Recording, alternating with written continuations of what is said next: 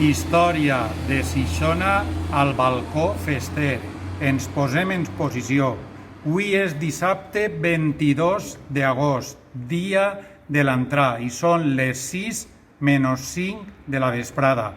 En un any normal sentiríem molts crits, moltes paraules d'ànim i sobretot veuríem moltes mirades d'il·lusió que enfocarien cap a aquest balcó. Però això, este any, no pot ser. També tirem molt a faltar al nostre amic Juan Escoda Moncho Calderilla, perquè en aquests moments eixiria al balcó i es diria: festers i festeres, ja ho tenim tot preparat per arrencar l'entrada. Vos deixe amb els festers de l'any. Però això tampoc pot ser.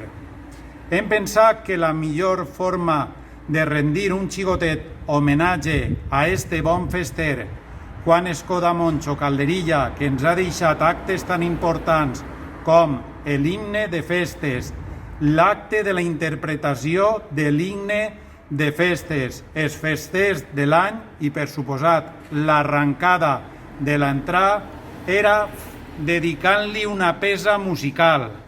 Havíem pensat en un pas doble, com era ell, alegre, festiu, però ell és moro, i hem pensat que el millor seria dedicar-li un pas moro. Vos deixo ara a continuació en els compositors d'este pas moro que han anomenat a un bon fester, que són Damià Llorenç i Joan Llorenç, per a que vos diguen unes coses. Bueno, aquest dissabte és un dia molt especial per a xixonencs. És el dia de l'entrada, o millor dit, seria el dia de l'entrada de les festes de Xixona. Però les circumstàncies han fet que les festes suspenguen i que no tinguem festa. Però bueno, fa 3 anys, recordo el 2017, com gràcies a Juan Escoda Moncho Calderilla vaig tindre la possibilitat de dirigir l'himne de festes de Xixona. I des d'aquell dia sempre he volgut tindre una gratitud, un reconeixement en aquesta persona.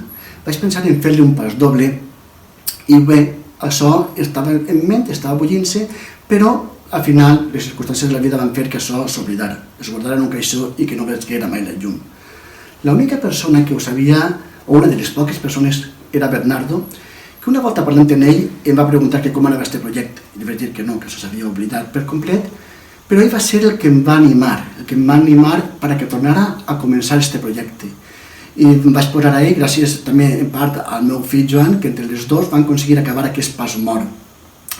I bueno, volien tocar-lo en la banda de la torre, en la seva fila, en les moros verds, però també les circumstàncies han fet que això no sigui possible.